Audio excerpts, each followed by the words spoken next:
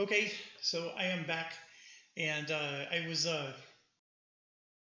needed to verify that the audio was working.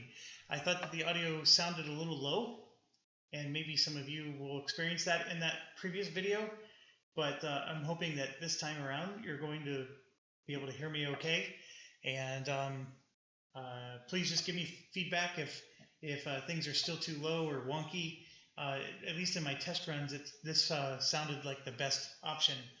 Um, so with the new setup, the camera's a lot further away from where I sit, so um, it doesn't pick me up as easily as it did in previous videos. So, anyways, for the AI, it's 3 of these Warbriars.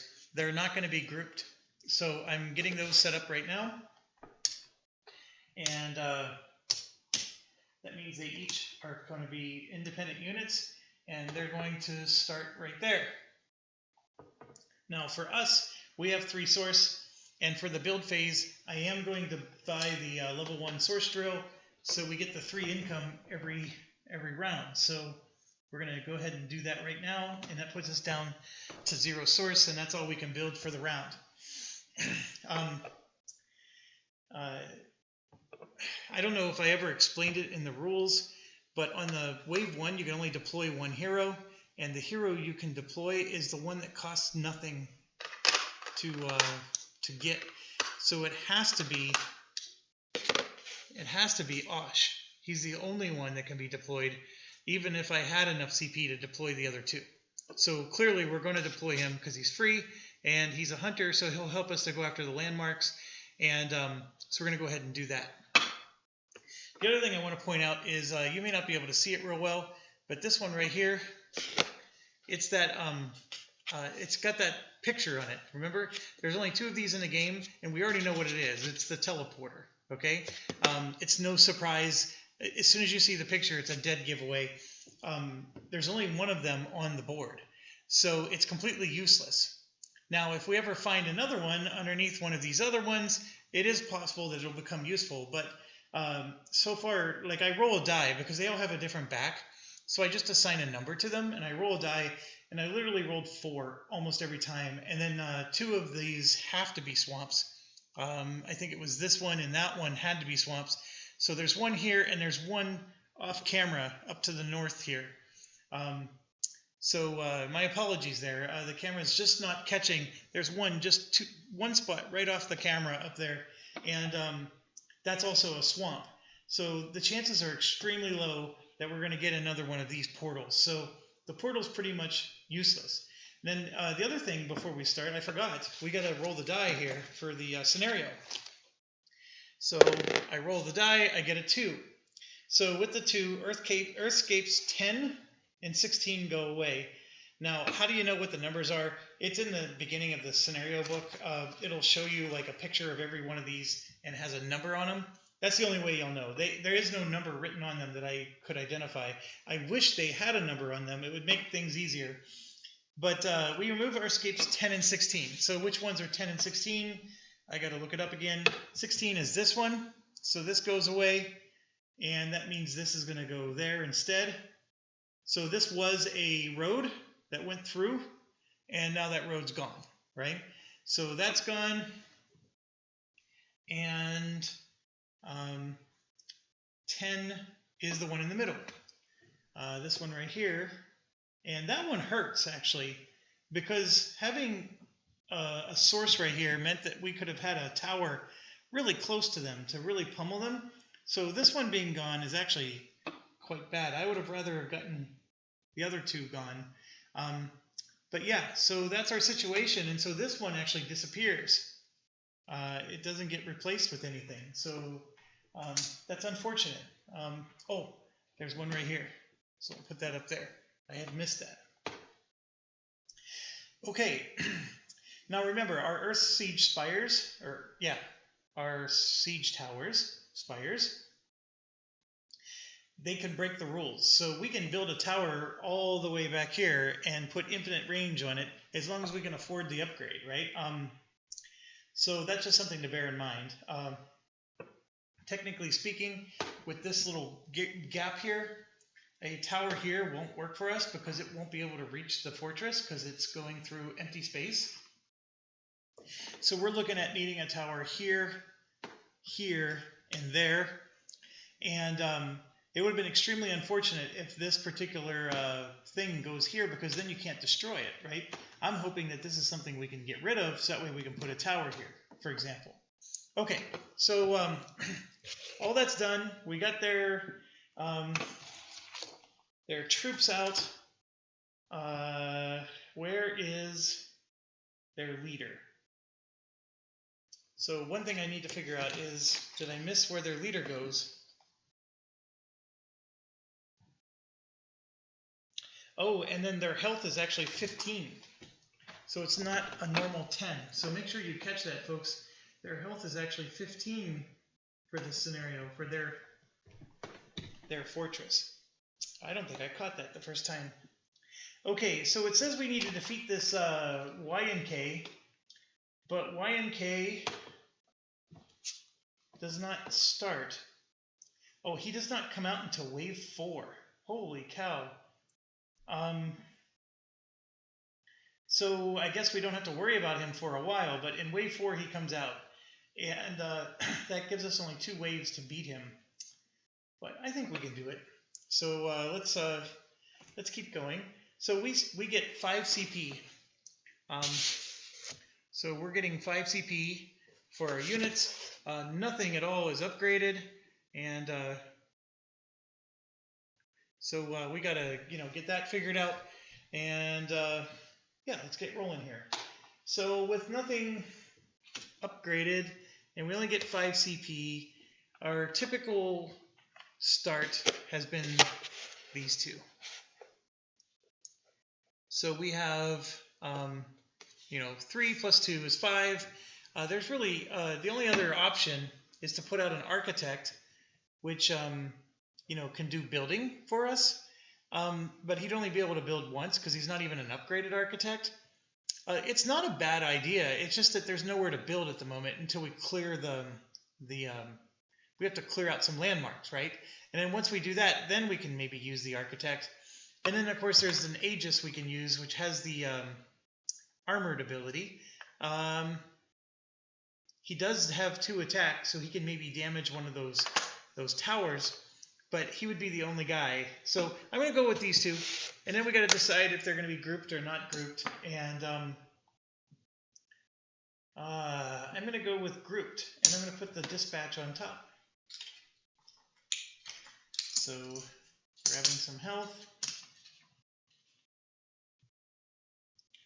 Oh, they're not upgraded. Never mind. Dispatch is not going to go on top. They both stink. Yeah. They both only do 1 damage, so the enemy spires are not going to even get damaged from them.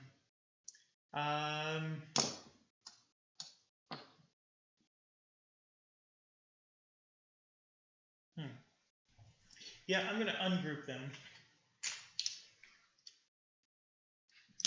And I'm going to put the Battleborn first, like that. And then the hero, I can make him go first, but then all the Battleborn and them are going to do is displace him. But he does 3 damage, and I'll go ahead and put him on top. But like I said, he'll get displaced. And let's go. So first player is us. And Osh here only moves 2 spaces. So we're just going to go here into the woods. Otherwise, if I go in this road, they're going to just displace him like they would right now. So this guy would move 2, and this one can't move 2, but he would at least move 1. And because the rules say they always want to move maximum, he would move to here. I know that doesn't necessarily get him close. It's at least equidistant, and he used his full movement. I mean, that's the rule. And so with that being said, I could have moved my hero here then, and I'm going to do that. Okay, so we're going to do that, and obviously enemy spires can't reach us. And now we're going to reveal, and this is what we got. We have a Sabisa. So toxic secretion means it's going to damage us as we walk by. so it didn't damage us this time around. And we're going to be able to pummel this thing. I'm not even going to put health on it. And so let me just show you real quick. Both of these are going to attack for 1 damage. This one has 2 range, so he can reach them, right? So we have 1 damage from this one, and then this one has a range of 2, so he can hit him for 1 damage. And then this one, he has the special ability Hunter. So even though he only does 1 damage, he's actually going to do an extra damage against landmarks. So 1, 2, 3, 4. It's almost like the scenario designers intended it, to be that way. So Sabissa's gone, and we actually get 4 source from that. That's a wonderful landmark. So we're going to get 4 source, and now we have a spot open. So we do have control here. So what I'm thinking then is we can build a drilling tower there, which would then allow us to build towers out here. And then when that drilling tower goes away, as long as we have a tower out here, then we maintain our control. It's like a neat little way to hop without wasting all of your tower spots. Although this might actually be a good spot just for a defensive tower, because their units are going to be going after our fortress. So we may want that there for other purposes. So we have options. We do get to build 2 build actions, but remember, like the mistake I made last time, I can't build a drilling outpost. That has to be done during the original build step, not during the assault phase or onslaught phase. So I can't do a drilling outpost, and the lance launcher costs 6. The siege tower is 6. I could build a dispatch platform for 4. That's not a bad idea. And it has splash damage. And you know what? I'm going to do exactly that. I'm going to build the dispatch pad. I got to do that at the beginning of my turn. But I'm going to build this guy. So he'll have splash, and he'll have 1 attack and 1 range. And he'll be able to help defend the fortress. So that will put us down to 0 source. I can't do that yet. It's supposed to be something I do at the beginning of my my turn. And it is now their turn. So for them, this guy has 2 movement, and we're going to go 1, 2, and then this next one has 2 movement, and he's just going to go 1, 2 the other way, because they're both pretty much equidistant. And this one has 2 movement, so he's going to go 1, 2, so he uses up all of his movement. And so that's how they're spreading out. And they have impales, which means that after they finish their movement, they would automatically do 1 damage to any unit that they come next to. So, got to be a little bit careful there, but there's nothing we can do. Our units are going to march forward no matter what we do. Okay, so we have no tower. Now it's our turn. And so now I'm going to spend that 4 and put our tower here. So now we can build our own tower. Let's see. This is our unit. So see, it comes to here. So we can now build here into this big one, or down here into this big one. We can't build this one. We would have to have here or here first. So sometimes it's hard to see. They do such a good job with these to see where the barriers are. Okay. It's very simple. This one's going to move 2. Nothing we can do about that. This one's going to move 2, and then our hero will move 1. And I could have moved the hero 2, but he would have been displaced anyway. So that's a moot point. We will explore. So let's see what this one is. And what we got with this one is Grail Wasps that are relentless. So that just means that when the Grail Wasps attack us, we're going to keep rolling the die. I think if we roll... It's something. If I roll a 2, he keeps attacking, or we keep rolling until he rolls a blank. I'll have to check, but it's not very fun, his little ability. But he's low in health, and that's the good news. But unfortunately, the only one that can attack him is the Dispatch, and the Dispatch only does 1 damage. So that's exactly what's going to happen right now. The Dispatch is going to attack him for 1 damage, and so we are going to have to see what his relentless ability is. So let me get this out and look it up.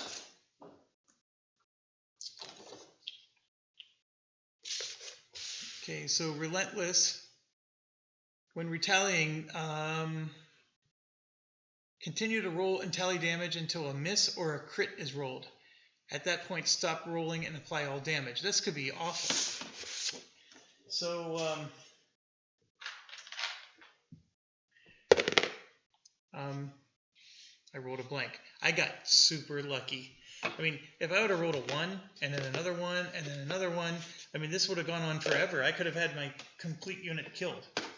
So, I mean, we could do this 5 times in a row and never have that outcome as, I mean, I guess it's a 1 in 6, right? But, yeah, that was, okay, golden horseshoe moment right there. Okay, so now it's their turn. So here you're going to see 1, 2, and impale, right? And then 1, 2, impale. So we already took 2 damage from that, and then this one's going to go 1, 2. Also, I forgot. Let me back up.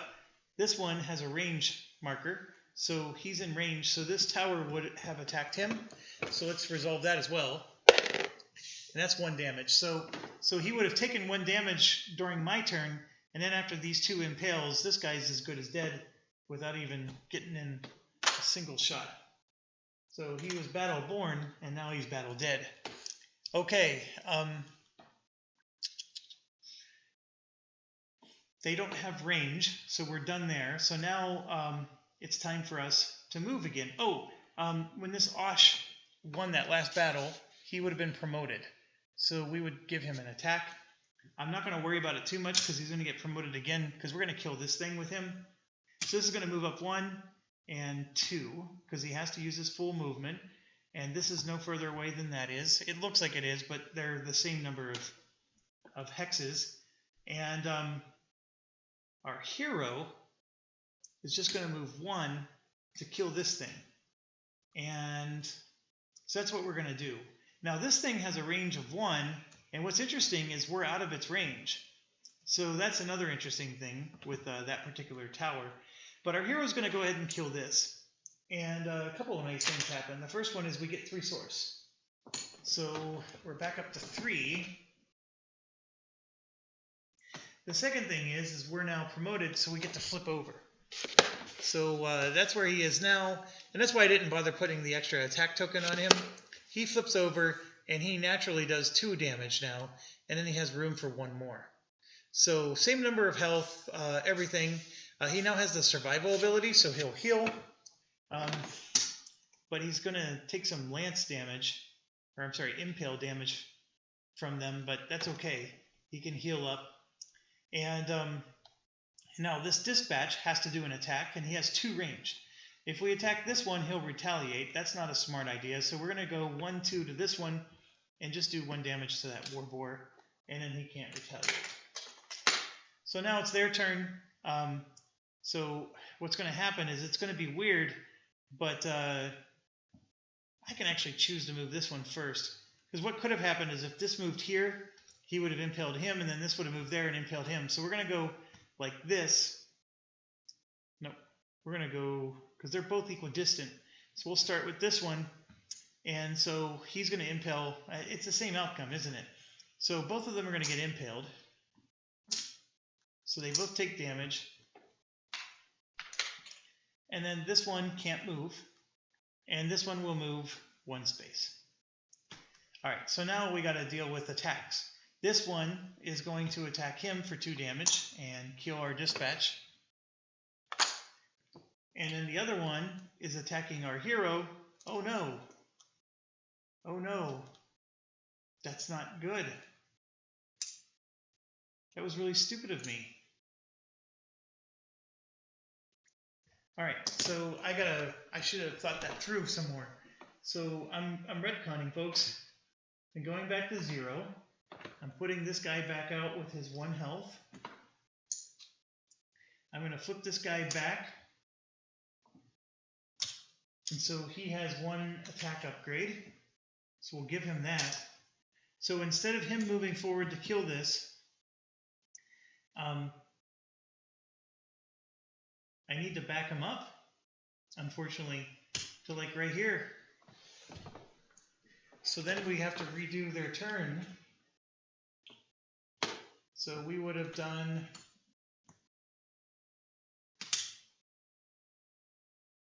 Oh, I made another mistake, folks. These guys aren't the upgraded version. Oh, look. I had them on the upgraded side that does 2 damage. They're on the non-upgraded side. It only does 1 damage. So, back up. Call the... I'm going to redo it all again. Sorry about this. Sorry for the mistakes. So, this guy does take the 1 damage from the impale. And our dispatch still has 2 health. And so what's going to happen is this one is going to attack him, but he only does 1 damage. And then we're going to attack back for 1 damage. Okay? This one is attacking the hero. He always attacks the hero for 1. And our hero does 2 damage back. So he's down to 1 health. And then this Warbriar is just going to move to here. So my apologies, and sorry for the dice being in the way. So that's, I think that is the way this is going to play out. Okay, so now it's my turn. I have that 3 source that I was telling you about. And what I'm going to do is I'm going to spend that 3 source. And I'm either upgrading my range or my attack. I could put a fortification on him. So what I'm worried about is my tower. So as these guys start coming up, they're going to attack my tower, and they're going to, they will damage it. So that's what I'm concerned about. But right now, what I think I'm going to do is I'm actually going to just add an attack chip to it. Oh, I'm only allowed 1 more upgrade. Yeah, I'm going to add an attack chip, which means it may take some damage, but that's okay. Or is it okay? No, that's silly of me. I'm only going to spend 2 source, and we're going to put a fortification on him, like that. All right, so that means I have 1 source left over. Okay, so what we're going to do now is we're going to move this guy 2 spaces back. Can I do this and survive? No, I cannot.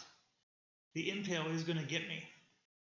No matter what I do, I can move actually this way, but then the tower will get me. Oh my gosh.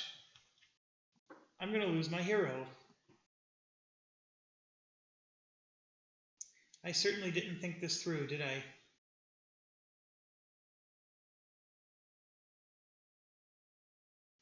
Well, if I'm going to lose my hero... Oh, no, I'm not going to lose my hero, and here's why. I'm going to stay put. So what's going to happen is my hero is going to attack this guy, do the 2 damage, and kill him. And in killing him, he's going to promote to the other side, and when that happens, he automatically heals up to 3. So I was able to take advantage of a healing action there, and that gives us 1 source, so we're now up to 2.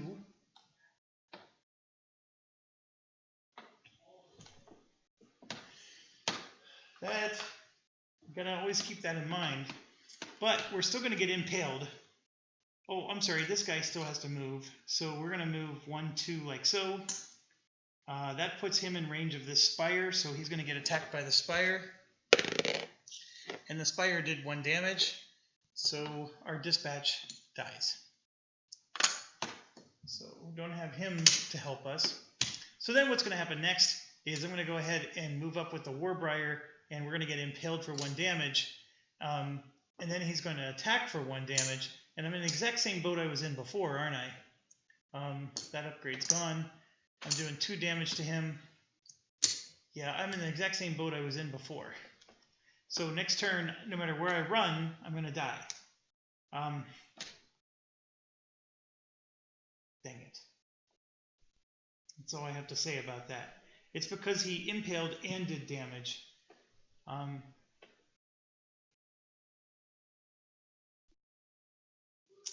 You know what? I could do nothing and heal 1.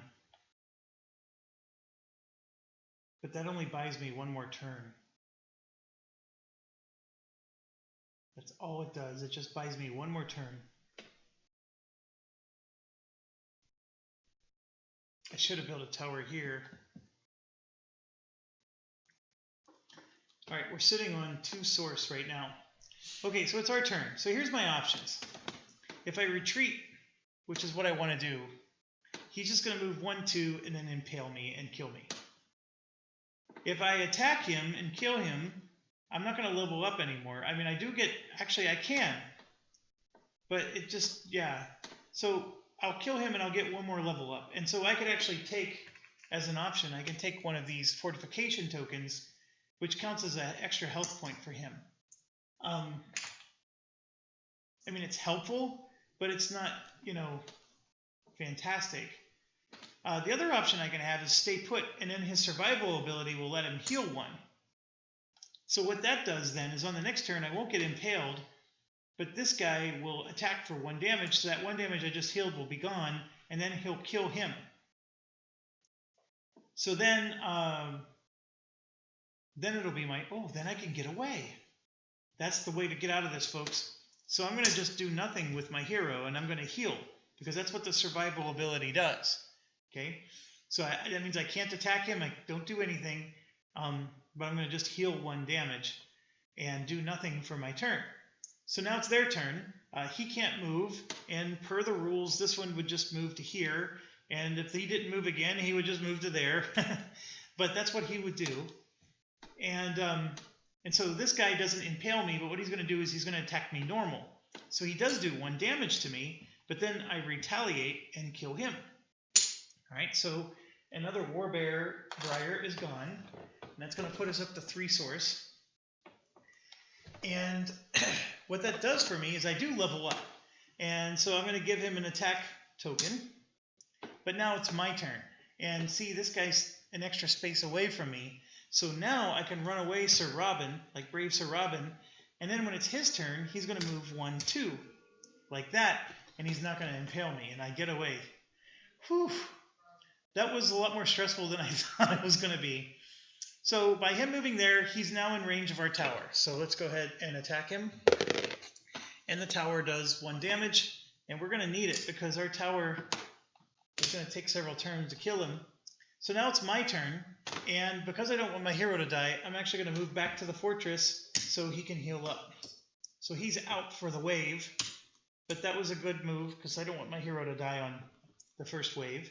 So now, oh, my apologies. We forgot to do a market. So first of all, we have this Earthscape available to us, and then I need to grab some market chips.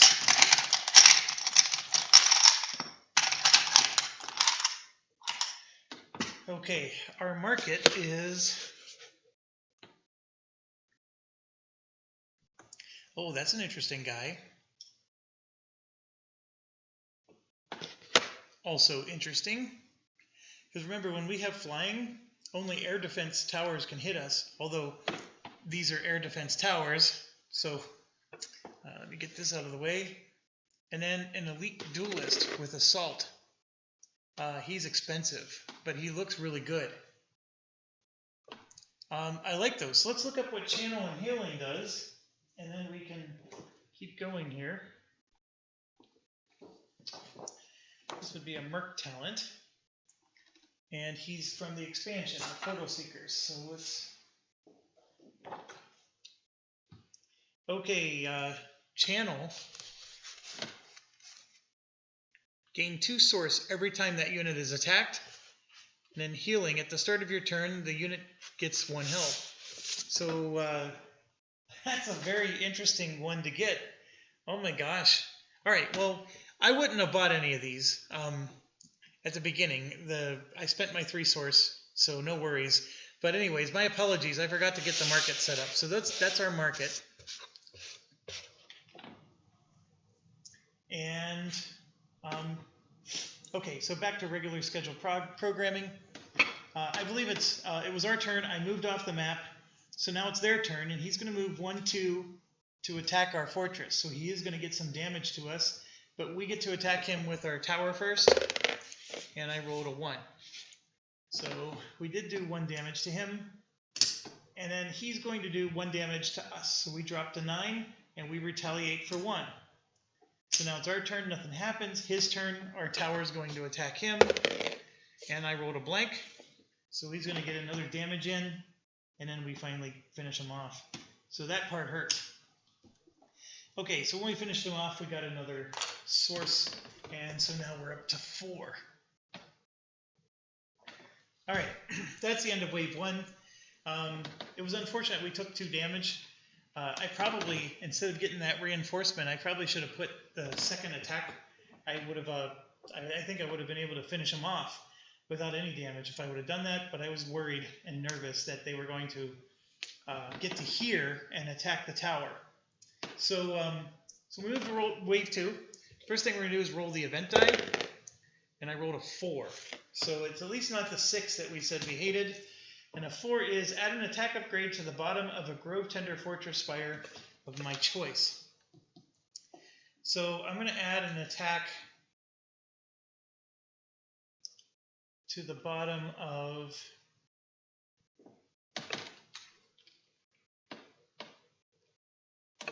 this one way down here, because I just don't think we're going to be going down there anytime soon. Okay, so at the beginning of our turn, we get 3 source because of our source drill, and we're also going to get 3 more because of the income phase, so we get 6. So now we're up to 10. We really don't have a lot, folks. That's the thing that's weird about this.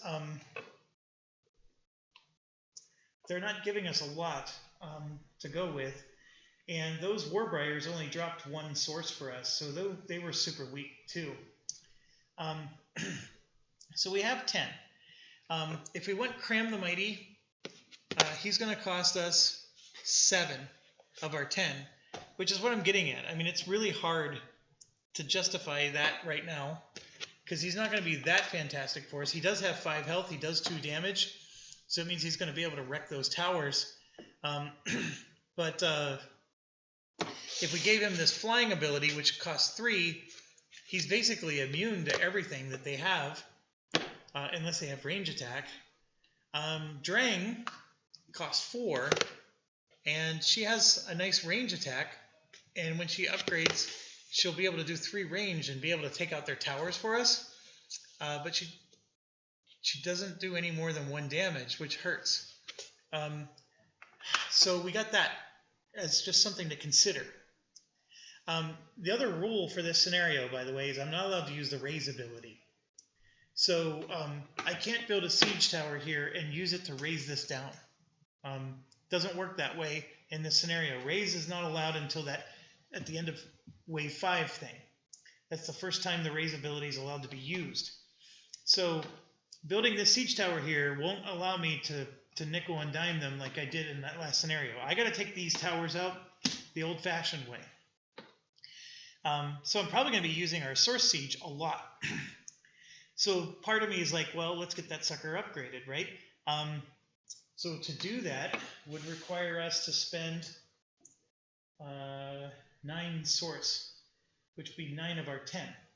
We're going to get 7 CP this round, and that is enough to get a source siege going. The source siege that's not upgraded has a 3 range attack. It's the 4 range attack that I was hoping to do. It's definitely possible. It's an option. Also for 7 CP, we can just get out of Forsaken and let him loose, and he can go rampage, and he really can destroy the crap out of a tower. So maybe it's just a tad too early to get our source siege out. So do I really want to spend the 9 points to get the source siege going? Maybe we're better off. It takes 12 to upgrade the Forsaken, so we won't be able to upgrade the Forsaken because I'm at 10. If I wouldn't have bought this one upgrade, I would have had the 12, so maybe that was my mistake.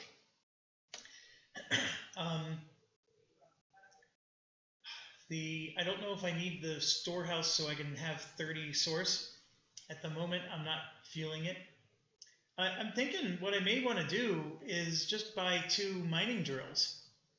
So that way I can get more source. I can get 12 source from that. They're going to make a Warbriar. So they're going to get us a Warbriar, a Vine Herald, and a Grizzled Oak. That's what's coming out this round. And that's not something to sneeze at. You guys already saw the Warbriars. They have that Impale plus the 1 damage. The Vine Herald, though, has a 2 range attack. It only does 1 damage, which is good, and it's 3 health. And then the Grizzled Oak, none of these are upgraded, which is good. He's a 6 health guy with 2 damage. That one's pretty tough. And all 3 of them are coming out this round. You know what I could also do is I can buy one of these, right? For 6 source. Get a duelist who has the assault ability. That's certainly an option.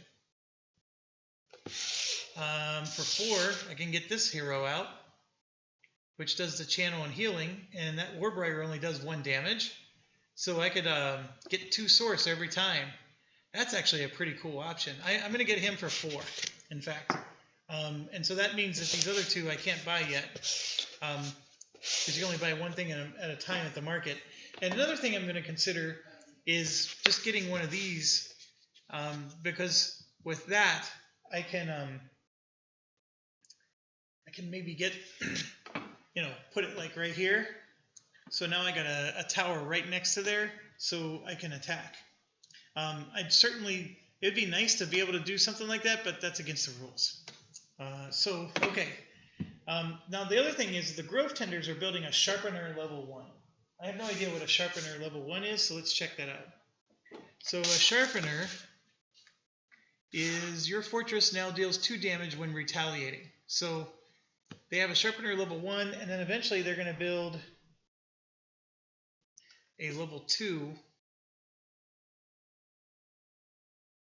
So every miss rolled by Grove Tender Spires when attacking deals +1 damage. So there's no such thing as a miss for them anymore. Holy cow. That's actually, that's pretty brutal. But right now they're Sharpener level 1. So hopefully I won't forget that. But basically their Retaliate does 2 damage instead of 1. Which is fine. Now remember, when our towers attack, their Retaliate does 2 damage instead of 1 as well. But I don't think it matters. Our towers only get 1 shot at it. Okay, so let's build them. They have a Warbriar,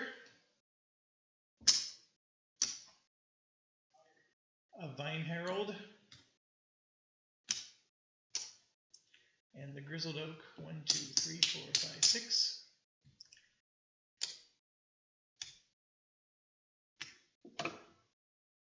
I know I'm building this off camera. My apologies. And that goes there. Okay. So for us, we have 7 CP. And I think what I'm going to do is I'm going to get a Forsaken for 7. I could do an Aegis and a Dispatch.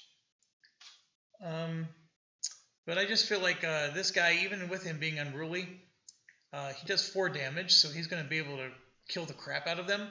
And if I can somehow get him to a tower, he'll help us immensely. The Aegis and the Dispatch, well, the Aegis would be able to help us take out a tower. It's certainly an interesting option to have the Aegis and the Dispatch. So here's our other option. So I'd put this guy on top, right, and group them together, so he has to die first. And then this guy would pop out, presumably right next to this tower right here that my finger's pointing at. So presumably he would come up somewhere near there, and then he would just start damaging the tower. I think a lot of things have to go correctly to make that work, whereas this guy can just, he's going to destroy anything he touches. That's why I'm sort of a fan of that instead. The other option is to have a builder come out, but remember, I didn't upgrade anything with him. So he's going to be able to basically build once and then he's done. If I can get him upgraded to first, but I'm not done actually with my step. I'm so sorry. I'm feeling like I'm so lightheaded today. So I bought that hero for 4. That puts us down to 6 source. I'm not done buying for the day. So one of the things we can do, so here you can see, I'm not interested in this yet. But if I did, I would have to spend 9 to have an upgraded architect. So I'm just not sure, you know, if I spend, how much am I spending? I'm spending 4 for an architect to build something for free. Like maybe later in the game when we really have to build our siege spires, that would be really nice. Because the architect can build a siege tower, which costs 6 source. And to be able to get that out there for free is not a bad deal at all. So I think what I want to do is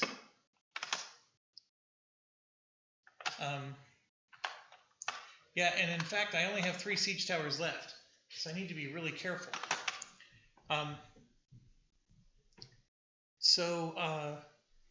The other thing we want to do is this unlocks the big Forsaken, but remember I was telling you need 12 and we're at 6. And go ahead, it's right there. See? Yeah. What do you think? Check that out. You're weird in your mechanics. Is it cool? Yes. All right. Well, you have to play a game with me sometime. We can do this. Wait. All right. Okay, and then obviously this is the path we need to do for 9, so we can upgrade our source siege, which I think is still a very viable thing. And then this is just defensive stuff, right, to help our fortress. Obviously, I would love to do that, but we just don't have enough to do everything, right? So what I'm thinking, though, is I'm going to stick with my original plan. And what we're going to do is we're going to build 2 drilling outposts. You want to play this? Yeah. When would you like to play? Just going for right now, or like after your video. Well, this scenario probably will take me at least another hour or so. Well, that's it. Okay, bye. All right.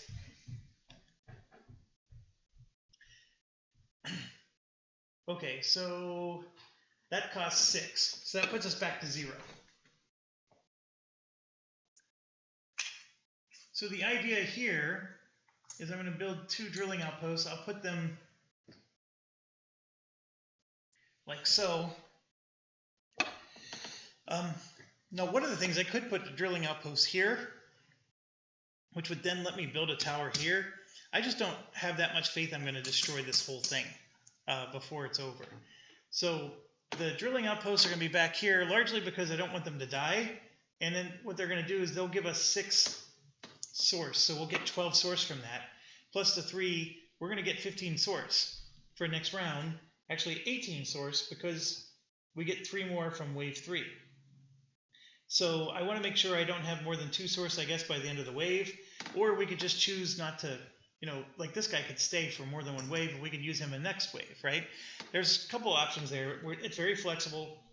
I spent more than enough time talking about this. So our hero here is going to get 3 health. And I'm going to put him, it doesn't matter where I put him, so I'm going to just put him on the bottom. And then our Forsaken is going to get 7 health.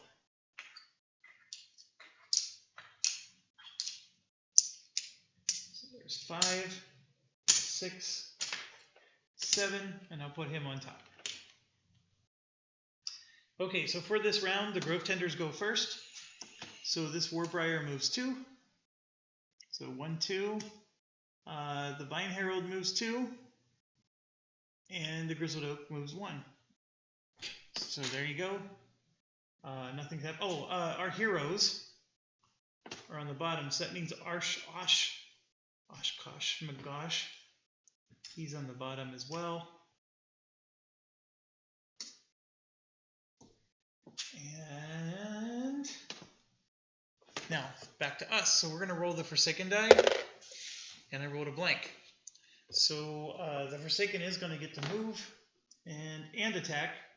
Unfortunately, he's not going to get to attack anything. So I feel like that was a wasted roll. And then, yeah, we're going to move 1, 2, and 1 with our heroes. So nothing exciting there for us. So now it's back to them. So this one's going to go 1, 2. This one's going to go 1, 2. And this one was going to go 1, like so. So now it's to them. I rolled a blank again. And I'm going to get to attack. So, 1, 2. And yeah, I'm going to go 1, 2, and 1. This guy's fully upgraded. So I don't need to worry about him too much. I want to get this one upgraded now. This guy has potential to be an awesome hero. Okay, so the Forsaken here, he does get to attack. That's what's the miracle about this. And there's no impale, which is even more awesome. And what I'm going to do is I'm going to take out the guy with the 2 range. So this one's going to just insta-kill. And it gives us 1 source. So he's not super generous with the source, though. So that puts us up to 1 source. Okay, so now it's their turn. The Warbriar is at least going to move to here. And then the Grizzled Oak only moves 1 space. One thing I forgot to do, this tower does get to attack him, and it rolls 2 dice. And you can see the 1 and 1. So he did do 2 damage. That was on our turn. Okay, now we're doing their turn.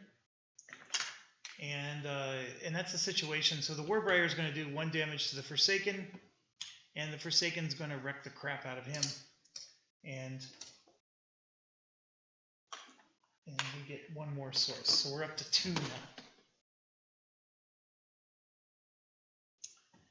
All right, so it's our turn. And now watch me not be able to move the Forsaken. Oh, look at that. That was perfect.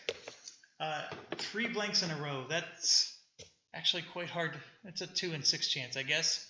But to get 3 in a row, I am defying the odds a bit. So he has to move 2. So what he's going to do is move 1, 2, and get away from the Grizzled Oak. Nothing I can do about that. In fact, that's the way it has to play out. I need to be careful because the towers go after the heroes first. So if I go any closer, the hero will take damage from the tower. Now, obviously, if I don't do that, then the Forsaken takes damage from the tower. But I do have 4 health, and I'm hoping that with 2 dice rolls, 4 won't be too bad. And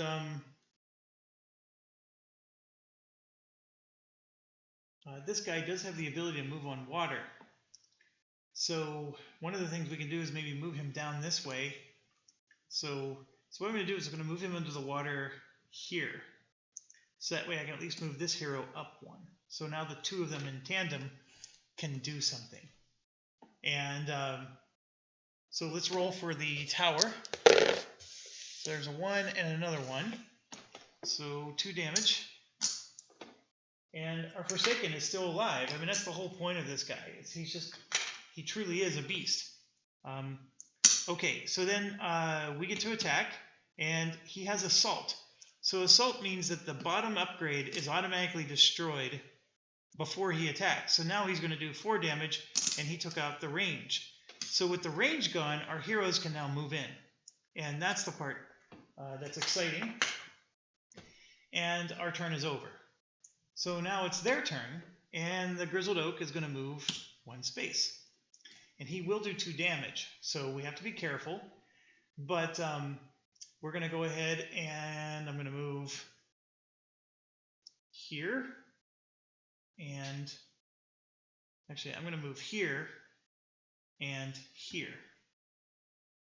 So his tower can't hit us anymore. And we got to roll a die for our Forsaken. And you can see he can't attack. So that's a problem for us. I was really hoping he was going to be able to tear this thing apart, right? So that was really bad, but we had a good roll last time. So he's moving around like this. So the towers get to attack, and so the tower would normally cover the hero, but this is the only thing in his range. So he's probably just going to kill our Forsaken. So the fact that he couldn't attack doesn't matter. And I rolled a 1, and there's a blank, which means our guy stays alive somehow. Okay, so I desperately wished he could have attacked now, because this tower would have actually been kaput. Okay, so now we get to do something, and this guy will retaliate. So I have to really think this through. Do I want to hit him? Because since he can retaliate, you know what? I can have him retaliate, let's say, against this guy, and then when it's his turn, I'll make him attack the other guy. Yeah. So I'm going to attack with this guy first and do 2 damage against him. And then he's going to retaliate and do 2 damage against me. And then I'm just not going to attack with this one. Yeah, that's how I'm going to get through it. So now it's their turn, and this guy has to move 1. And 1, 2, 3, 4, 5. So he's not going to move here because that moves him further away. Oh, sorry about the dice. So he is going to attack this hero now for 2. And then, of course, we retaliate and do 1 against him. And because we took damage, we gain 2 source. So I'm up to 4 source right now. And yeah, I can't build a tower or anything yet. So yeah, I'm up to 4 source. So now it goes to our turn. This guy has healing, so we're going to heal up 1. This guy's got 3 health, so we're not going to be able to take him out.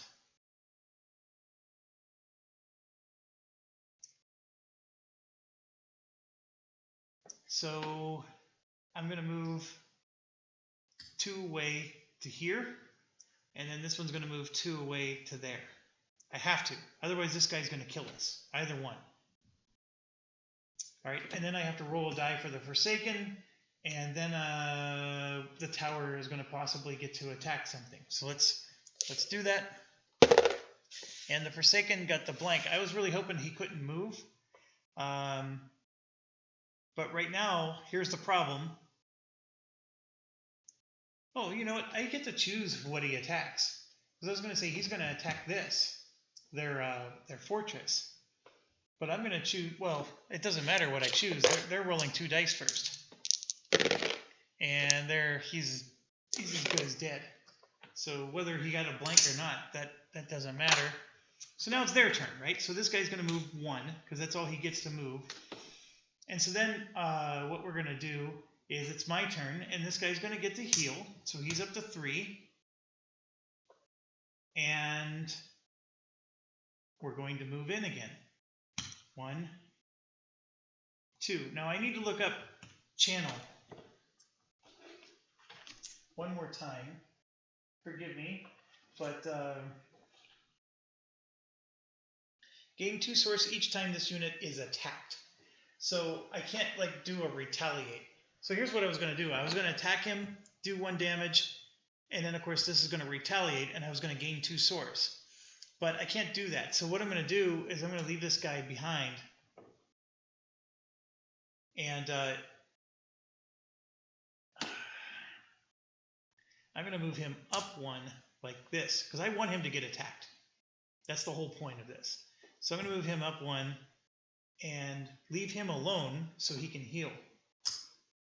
So now he has 2 health. You got to game the system, folks. So now, let's see, I'm at 54 minutes. This one's going to move up on their turn, and now he's in range of our tower. So we get to roll, and I rolled a 1, so he takes 1 damage. So So now I'm going to have him attack our little Ladnil guy. So we take 2 damage again. And we gain 2 source. So now we're up to 6 source. This hero is not normal to the scenario. So you're not going to get it as lucky as I did here. But it is very interesting. And Ladnil, of course, only did 1 damage to him. So now it's our turn. And we have 6 source. And so what I'm going to do is I'm going to build a lance launcher. Because remember I told you we're going to get 18 source at the end of this round. So if I'm sitting on 6, I don't want to have these drilling outposts just sitting there wasted. So we're going to go ahead and build a tower. We have to build one anyways, right? And I'm going to build it right here. Okay, so that's going to cost us 6, and we're down to 0. I think I made one mistake. So let me pause for a second. I think I made a mistake. The AI unit priority will attack a hero it can defeat before it'll attack a hero it can't defeat. So I think at some spot in here when I was playing around with him, like I had one guy attack him, and then he retaliated, and he was down to just 1 health. And then the other guy stayed full health, and then I said, okay, when it's his turn, he's going to attack the full health guy instead. That was wrong of me. So there's a small asterisk on this particular scenario. So right now, if it was his turn, I don't get to choose which hero he attacks. He's attacking this one and killing this one because this one can be killed and that one can't be killed. So his priority is to attack this one first. I hope you're understanding what I'm saying. There was a spot here where I think he was like, it was like this situation. And it was the reverse. This guy was down to 1 health. And this one, and I had him attack this guy instead. So I screwed up. But I'm also realizing something else. This guy does 3 damage, not 2 damage. So I didn't do enough damage to him either. So I just screwed up all across the board. Sorry about that. But this particular situation where he attacks him, we're okay there because now it's our turn. And so he's going to heal 1 at the beginning of our turn. And then I'm just going to finish him off, right? Because this does 1 damage and he only has 1 health. So I am going to finish him off, and that gives us 3 source. So that Grizzled Oak puts us back up to 3. And in doing so, I'm able to upgrade this guy, and we're going to give him an attack. So he is now going to be able to be even stronger, which is awesome. And then his upgraded side, he does not have an upgraded side, that's right. So that's as good as he's going to get. Okay, and since this guy did nothing, he's healing back to full health. That's the end of the wave. My apologies, I screwed up a little bit here. I am pretty confident that that Vine Herald, or that oak, whatever, the Grizzled Oak, was as good as dead. And whatever finagling we did, I would have been able to pull off, regardless. It's just that, yeah, what I would have had to have him do was he would have attacked this, we would have retaliated, and then on our turn, just back off, right? And then he would have attacked this one would have retaliated, and then he would have backed off. I would have had to have done it differently. I hope you can appreciate and respect that. And yeah, sorry. I was touting that this is the cleaner rules. Okay, at least I'm catching it. Okay, we're on to wave 3. So wave 3, first thing we do is we're going to roll the event die. And I rolled a 4, which means we're adding another attack to a tower. I am concerned about having too many attack on one tower. So what I'm going to do is actually put it on this one. 3 attack on a tower with no range. How's that? Okay, so let's keep going. I get 3 source, which puts us to 6, and 3 from this source drill, which puts us to 9. And then I'm going to cash in a drilling outpost, which puts us to 15. And I'm going to cash in the other one that put us to 20. That means we fell short of 1, but that's not a bad deal at all. So now we're up to our max of 20. Okay. So in wave 3, the Grove Tenders are going to construct a retail spire with AR, so an attack and a range in their fortress. So I'm going to go ahead and put that right here. Because if we go to this spot, we can at least attack it. So it's got its own tower with range. And so now we got to do our build and market and all that stuff. We have 20, which is awesome. I think we need to get our upgrades in so we can have our source siege. So let's pull this up again for you. So I want to get the smelter fully upgraded. So that's 9 of our 20. So I'm going to fully upgrade the smelter. We smelt it and dealt it to level 2. And that puts us down to 11 source left. 11 source is still awesome.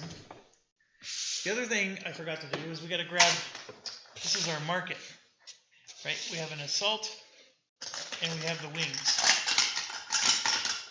So now what we have is a Babel Tower, which has lookout 4, and it looks like it has a huge range, 3. So it has 4 pips, so it'd be fully upgraded. And what the heck is lookout 4?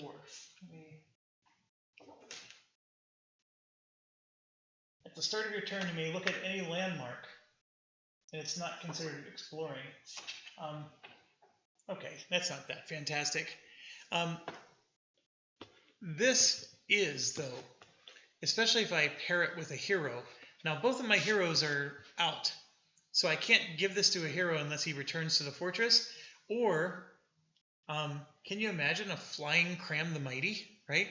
So he's 7, and he has armored, and he does 2 damage and 5 health.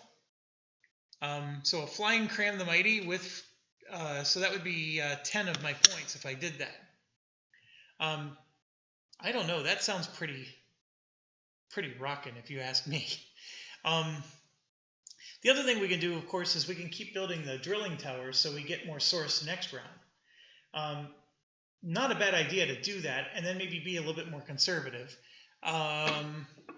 So that would, if I built both of the drilling towers, that would cost me 6 of my remaining 11 and give me 5 left. And even with 5, I could still do something. I won't be able to buy anything from the market, it looks like. But with 5, I could buy, for example, the Earthscape, right? I could do that. Well, that would still leave me with some left over. With the 5, I can start on the path of upgrading the Honor Pit so I can have a Forsaken that's a little bit stronger. Those are all options. Not sure how thrilled I am with those options, but that's obviously with 5 I can upgrade the Aegis, which then would then lead to the Architect, which can build those towers for free.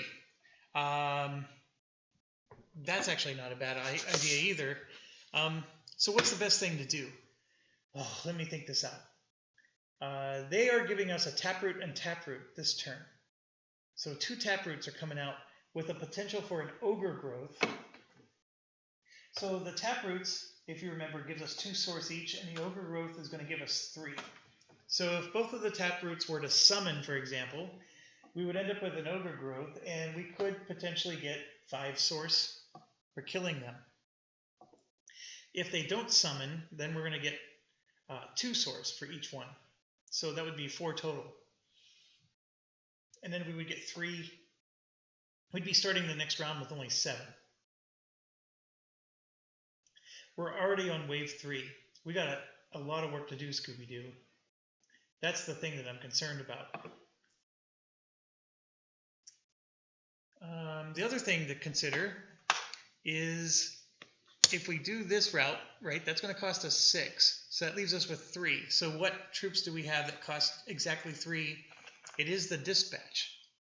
So if I were to upgrade the dispatch, he has 2 range and splash, and he does 2 damage, which means he can damage the towers.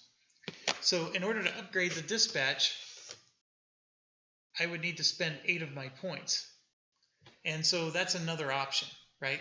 We can spend 8 points to upgrade the dispatch, and he might be more effective, right? If we can do that. That would leave me with 3 left to build one drilling tower. I really would love to see a flying Cram the Mighty get on the board. So now the question is would that be more effective than an upgraded dispatch? There's a part of me that says hell yes.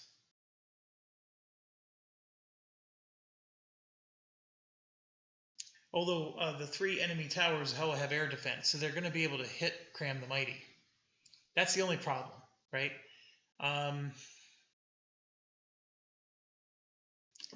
What if I had a flying... Well, I don't think I can do that. I think this has to go on a hero. I couldn't do that.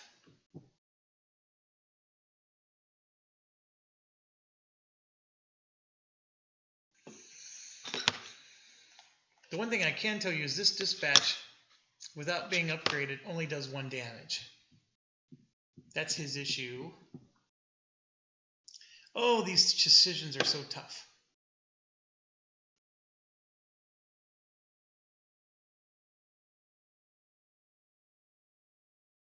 I could also have a flying Drang, but remember, Drang only does 1 damage, even when she's fully upgraded, and she has no pips. So I'm not sure how thrilled I am about a flying Drang. Although a flying Drang can take out this tower right here. I'm sitting at an hour. Let me think this out while I end the video. So thank you for watching and stay awesome.